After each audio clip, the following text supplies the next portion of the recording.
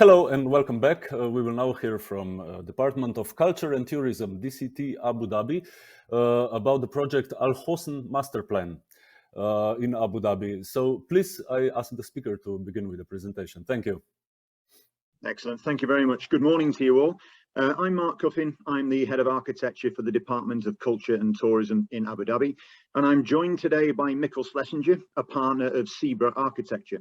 We're proud to present this project particularly today, as we in Abu Dhabi are utilising this site to celebrate the 50th anniversary of the United Arab Emirates. Before I hand over to Mikkel to talk with you about the design of the landscape, I feel it appropriate to introduce the context, culture and challenges that we as a client set. The project is situated on Abu Dhabi Island, a coastal desert landscape with high arid temperatures and humidity. This photograph, taken in 1962, and the dominant building here is Castle Hosn, Abu Dhabi's most significant heritage structure, which has been the home to the ruling family for centuries. This vernacular building started with a watchtower around 1760 to guard a potable water source on the island, which evolved then into an impenetrable fortress in the 1800s and supported a pearling and fishing industry. Finally, around the fort, a palace was built in 1939, funded from the concessions to search for oil. It was a community building in the heart of the people and in the heart of the place. This photograph is taken from the early 2000s, and it shows a second significant building on the site, the Cultural Foundation. This building houses Abu Dhabi's first theatre, first library, first exhibition space. It's a flagship building of modern heritage with links to Walter Gropius. Our challenge was to recognise the significance of these buildings of traditional and modern heritage, and to design a unifying landscape that would act as a canvas for the celebration of Emirati heritage and identity. The works were guided by a detailed conservation management plan structured in accordance with UNESCO's Borough Charter. Around the fort, the city of Abu Dhabi had grown into a modern capital. And in this picture from around 2000, you can see all of Abu Dhabi's modern architectural heritage. It's represented in one place with the watchtower of the fort in the middle, and some of the very first skyscrapers from the early 60s to the modern high skyscrapers of today. The desert landscape that used to surround the fort was by then transformed into a park. The fort and all of Abu Dhabi Island was disconnected from its original surroundings. We decided to reconnect the city to the desert and reinstate the fort in its original landscape. We proposed a diagonal line dividing the site like a yin and yang icon. Thus, the site holds contrast between a traditional site around the fort and a modern site around the Cultural Foundation. Through many design iterations, this idea prevailed. The coastal desert surrounding Abu Dhabi is very characteristic and is dominated by salt flats, or so-called sabkas, where the ground is occasionally flooded. When the salty soil dries, the earth cracks in these very characteristic so-called Voronoi patterns. The base of the desert is an ancient seabed, and that occasionally breaks through the sand and is eroded by the wind into these beautifully layered sandstone sculptures. The Voronoi geometries became our design components. They occur along the diagonal line across the site, where the urban side and the Cultural Foundation urban side around the Cultural Foundation breaks up and meets the natural side around the fort. It's a strong and very flexible narrative, and it creates a new design language that very literally bridges heritage on one side and modern on the other. Here we sum it up in a watercolor, where you can see the modern linear paving on one side, the natural on the other, and the Voronoi paving in between, bridging the two. And on the right-hand side, the coastal desert landscape under construction, all made from sand and in situ cast concrete, using the color of the local coastal desert sand. Here's the final master plan and all its own components. On the right side, each of the components are separated out into small diagrams. So we got the buildings, we got the main viewing corridors, the landscaping, the plants, paving, water features, main paths, lighting, and pocket spaces. Here seen from the fort, with the natural desert sand around the fort in the foreground, and that's made from crushed Omani limestone to make it stable and walkable, and the linear paths in the background, and the Voronoi in between, bridging the two. So let's look at all the components of the site and explain how they relate to the overall concept. The main component of the master plan remains the fort. Nothing exceeds its height and is left in the open. Once again to be seen as a sculpture rising from the sands, now with a modern city as a backdrop. The cultural foundation is the other main important monument of the plot. It's representing modern heritage, and the landscape of that eastern triangle around the cultural foundation is regulated by and derives from the geometry of the cultural foundation. The cultural foundation is tied to the landscape through ground floor passages and arched colonnades that are part of the main paths across the site. A new vertical opening through the building connects the paths to the roof terrace, from where you can see the entire site and the surrounding city. All the new buildings on the site are concealed as part of the landscape. They merge with the paving and the Voronoi patterns. The tallest block of the landscape contains the room of the small mosque, a musalla. All the windows are concealed to make the building appear as a cluster of solid rocks, an integrated part of the landscape. The interior of the musalla is a continuation of the concrete Voronoi patterns. The landscape, oh my God, the landscape gradually rises and culminates with the minaret of the musalla. The smooth transition from flat to tall further integrates the buildings and the landscape.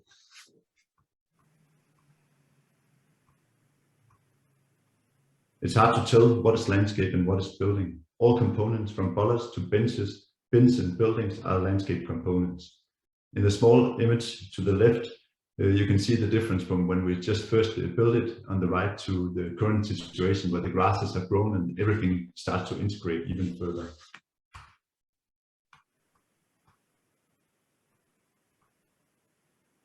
The cafes are shaded by cantilevering Voronoi blocks inspired by the natural sand and sculptures. These shaded paths along the water connects two of the main pedestrian passages through Dhabi Island.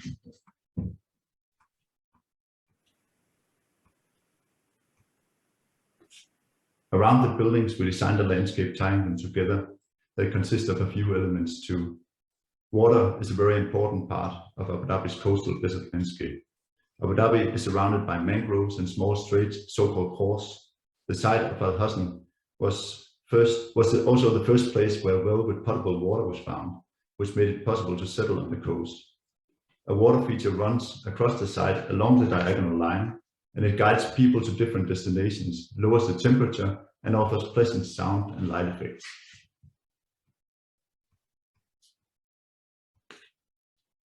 The water feature culminates in a natural basin surrounding the musalla and eliminating the need for a fence around it. Across the basin, the fort is seen as a gem of the site. The water adds a layer of activation to the site and is often used for demonstrations of boats and pearling and fishing techniques. The paving is broken down into smaller surfaces, again Voronoi, contrasting the sand carpet. We placed pit stops all across the site, so-called pocket spaces or istirahas, where people can rest, read, and talk in the shade of trees. They are like small oasis islands in the desert-inspired landscape. The pocket spaces are informally designed. Pretty annoying. The pocket spaces are informally designed. They offer sitting possibilities and shade, but appear as abstract gardens. To the right, you can see how the trees are now grown and providing shade across the pocket spaces. They are all different and work as part of the wayfinding concept. Still, there are variations of a very few repeated components, Voronoi blocks, and indigenous desert plants. The place has now become a destination in Abu Dhabi. It's a meeting place that's used for both heritage and contemporary culture events, displays of crafts, and yearly cultural festivals. It is frequented by many people each day, both old and young. So thank you very much one minute, for the chance to show you. And now it's time for questions.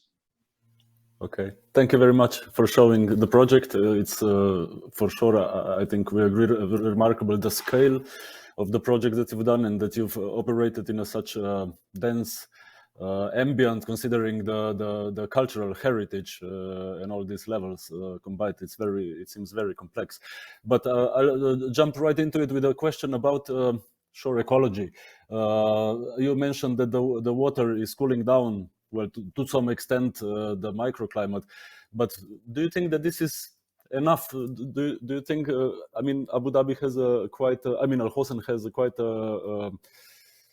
hot, it's a hot environment. So what were the ecological measures to cool the environment, to maybe introduce some kind of potential for biodiversity?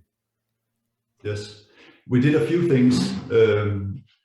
First of all, of course, kind of choosing for this to be a desert site, part of the experience was also kind of having the experience of actually crossing the desert, coming to the fort. So the natural kind of open desert landscape around the fort is intentionally very open and like the original Sabqa desert surrounding the fort. But around that, we used trees, using all the kind of indigenous plants that are growing in the coastal desert to create small biospheres and shaded areas. And then we used these very light colors that reflect the sun to cool the temperature of the site as well. We did quite a lot of tests of different types of finishes and surfaces, and could actually reduce the temperature by 3 times, brightening all the colors and using high reflections. Okay, thank you for now. I will now give the words to Lily. You have some questions? Yeah, fantastic. I mean, it's such a stunning project, and wonderful to hear the background to it. I guess from that, you know, we don't want to balance it with a question about the wastewater in the blurb that you gave. Actually, you didn't mention it in the presentation, but you said that you're using wastewater from the surrounding neighborhood. Could you tell us about that? Yes, all irrigation on site is using gray wastewater from the surrounding neighborhood. So that is collected and filtered and then used for irrigation. So there's no kind of potable water used on site for irrigation. Yeah, the water features themselves, are using normal water because of safety. Could you go back? I don't know if we could see your screen again, and we could go back to see the axos, because you flicked through them quickly, that showed us the pocket spaces that show the gardens within. Yeah. This. So when you were just talking now about the different planted areas, could you just point out, does it show in these diagrams 2 different types? If you have one that's more different, certain type we of have 2 planting? types. One that's more barren and open, and one that's that has kind of plants growing in them. And each of them have different types of plants. Some of them are kind of themed with, for instance, all the medical plants that used to be used for medical treatments in the desert. But of course, what these axes are not showing are the trees that provide the actual shade above the pocket spaces, as you can see in this image here. And especially, you can see now that it's about a year later that when the trees have grown really quickly and are starting to actually provide shade in these areas. I have one more question. Sorry, if we have time, just could you mention that it's used for cultural festivals? I mean, one of the challenges, as you say, is to recreate an environment that's somewhat inhospitable for use in a desert environment during the hot days. I understand you want to recreate that. It's of the area, but you mentioned it being used by festivals. Could you just talk a bit more about that type of use? Yeah, right now actually there's a big festival going on there, an annual kind of heritage festival that goes on the site every year. So right now the whole site is fully activated and crowded with people and geared up for a big festival, with both heritage and modern cultural events going on. So at this time of year, it's perfect for it. Sorry? I just wondered if it's mostly an evening thing, or I guess you're saying at this time of year it's not. No. It's a full day event, but of course there's a tradition in Abu Dhabi for going out very late. But the festival goes on all day, and the weather for that is perfect right now. I mean, around this time of year, you've got a constant temperature of around 25 degrees, very, very pleasant. So the problems with heat in Abu Dhabi is primarily in kind of the 4 summer months. And do you know maybe how many square meters, for example, are dedicated for the festivities and festivals? Because there's quite a lot of happening in the pavement. So if you have that data, maybe? The whole site is actually activated as part of the festival. And there's lots of the small kind of stands and booths activated also around the pocket spaces and around the water features. Especially around the fort, of course, we have the large sanded area that's used for the bigger events like concerts and large gatherings. Mm-hmm. And there was part of the main wondering, sorry. Is this effectively sort of like a rooftop garden? Because I presume all those buildings are linked underground, or how does that work? I mean, it's sort of I was uncertain because they seem to emerge from the ground, erupt from the ground. Is this sort of like a rooftop garden, the whole thing, or what is it? No, it is a ground. It's a park in the middle of the city, but there is an underlying structure of parking and also some facility management going on underground, because we wanted all of these kind of supporting buildings to be underground. I was also, my last question is, I was intrigued by the early history and the early photograph that shows the fortress there. And in a way, you've got this funny thing where you've got now, it's like the fortress walls have expanded and the walls are now these huge high rises.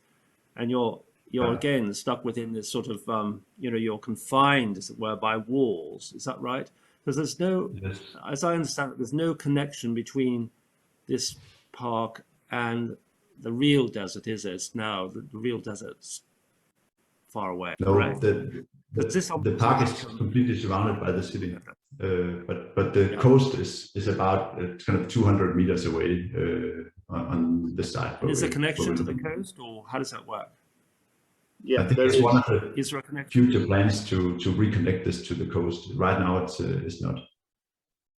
but there are trails that do that. We have got 2 trails that go through the city, one being the Heritage Trail that cuts through this site and leads past down to the Corniche.